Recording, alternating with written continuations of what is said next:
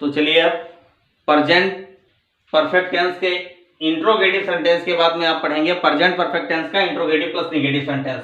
क्या? Present perfect tense का interrogative plus negative sentence. ठीक है, तो पहचान की बात अगर हम करें इसके, तो जिस हिंदी वाक्य मुख्य क्रिया में वही चुका है, चुकी है, चुके हैं, लिया है, दिया है, गया है, गई है आदि शब्दों के साथ वर्तमान में कार्य पूरा हो जाने के साथ साथ वाक्य में प्रश्नवाचक शब्द और नकारात्मक शब्द दोनों का पता चलता हो तो उसे हम क्या कहते हैं?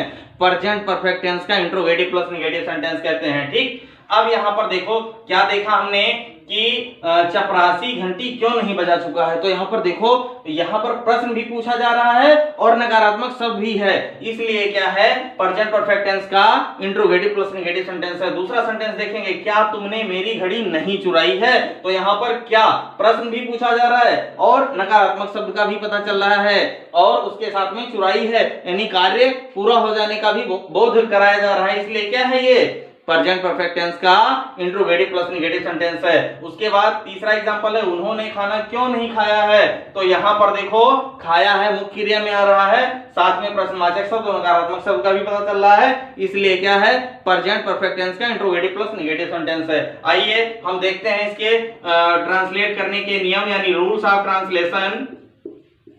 Rules of translation, rules of translation में वही चीजें हैं कि इसकी सहायक क्रिया हैज और हैव होती है, एक वचनकर्ता के साथ हैज और बहुवचनकर्ता के साथ हैव, सिंगुलर नंबर सब्जेक्ट के साथ हैज और प्लूरल नंबर सब्जेक्ट के साथ हैव। और उसके बाद में सेकंड जो नियम है वो है मेन वर्ब की थर्ड फॉर्म का प्रयोग किया जाता है। फिर उसके बाद में हम कंडीशन पे आ जाएंगे। तो कंडीशन क्या कि यदि प्रश्नवाचक शब्द, यदि प्रश्नवाचक शब्द, यदि प्रश्नवाचक शब्द वाक्य में पहले है, कहां पर है? पहले है, तो स्ट्रक्चर क्या होगा? तो स्ट्रक्चर क्या होगा? सबसे पहले यहां पर हम क्या लिखेंगे? Helping verb. क्या लिखेंगे? Helping verb. क्या? हैज या हैव, और उसका पहला अक्षर हमारा क्या होना चाहिए? कैपिटल लेटर में होना चाहिए। हैज या हैव प्लस सब्जेक्ट लिखेंगे, प्लस नॉट लगाएंगे, प्लस मेन वर्ब की थर्ड फॉर्म का प्रयोग करेंगे, प्लस ऑब्जेक्ट लिखेंगे और प्लस अदर वर्ड लिख करके क्वेश्चन मार्क लगा देंगे। ठीक, तो ये आपका पहला स्ट्रक्चर हो गया।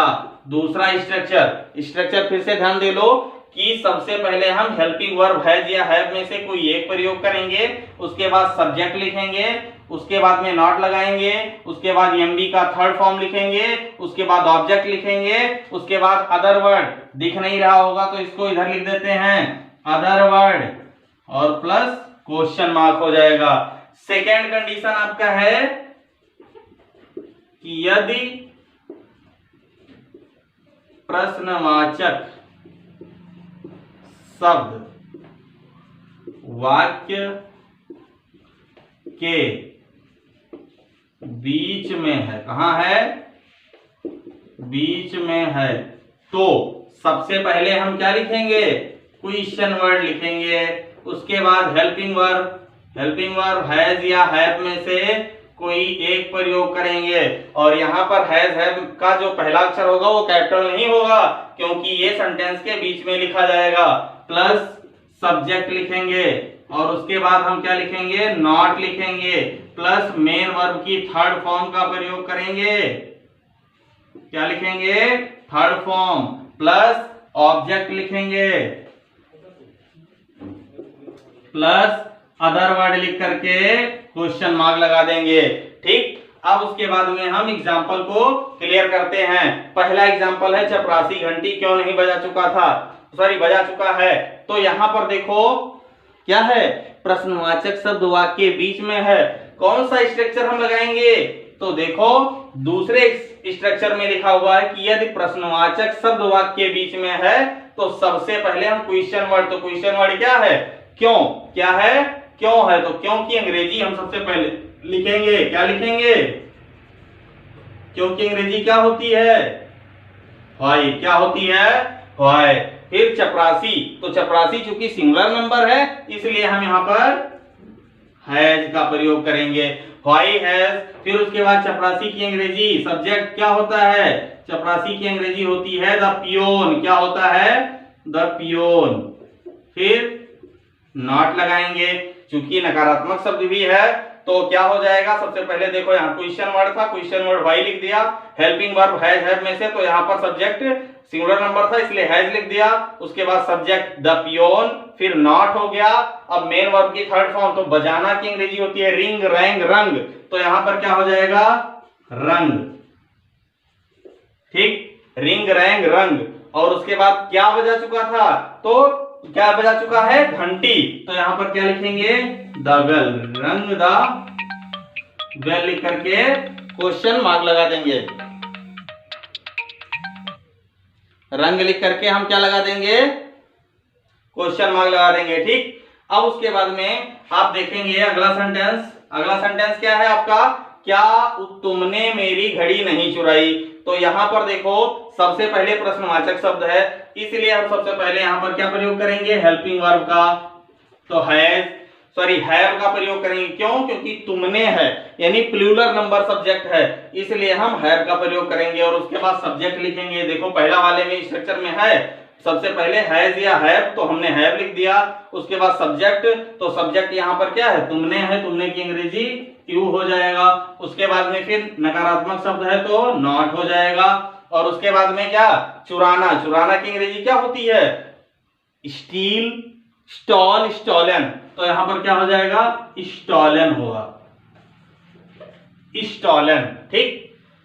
फिर यहां पर देखो ऑब्जेक्ट क्या है, मेरी घड़ी, तो मेरी, यहां पर मेरी के लिए क्या हो जाएगा, माई, और घड़ी वॉच, क्वेश्चन मार्क लगा देंगे, तो हो गया सेंटेंस आपका। सबसे पहले हेल्पिंग वर्ब हैव यू, फिर नॉट, स्टोलन माई वॉच, ठीक, ये सेंटेंस आपका कंप्लीट हो गया। अब उसके बाद अंतिम सेंटेंस आप देखेंगे, तीसरा वाला सेंटेंस है, उन्होंने खाना क्यों नहीं खाया है, तो सबसे पहले हम क्या लिखेंगे यहाँ पर, चूंकि प्रश्नवाचक शब्द कहाँ है, वाक्य के बीच में है, इसलिए सबसे पहले हम क्या लिखेंगे, व्हाई। फिर उन्होंने अर्थात बहुवचन है, प्लूरल नंबर है, तो इसलिए हम हेल्पिंग वर्ब क्या लिखेंगे, हैव, व्हाई हैव। फिर उन्होंने की अंग्रेजी क्या होगी, दे, फिर नॉट, और उसके बाद मुख्य क्रिया देखो क्या है, खाया है, तो खाना की अंग्रेजी ईट, एट, ईटन होता है, तो इसलिए हम क्या लिखेंगे, ईटन, ठीक। और उसके बाद द फूड, ऑब्जेक्ट लिख देंगे द फूड, और फिर क्वेश्चन मार्क लगा देंगे, क्यों, उसका रीजन ये है कि अदर वर्ड सेंटेंस में है नहीं, इसलिए सबसे पहले क्वेश्चन वर्ड, फिर हेल्पिंग वर्ब हैव, फिर सब्जेक्ट उन्होंने की अंग्रेजी दे, फिर नॉट, फिर ईटन और द फूड। तो ये आपका क्लियर हो गया, क्या, प्रेजेंट परफेक्ट टेंस का इंट्रोगेटिव प्लस निगेटिव सेंटेंस। तो आज का क्लास ओवर।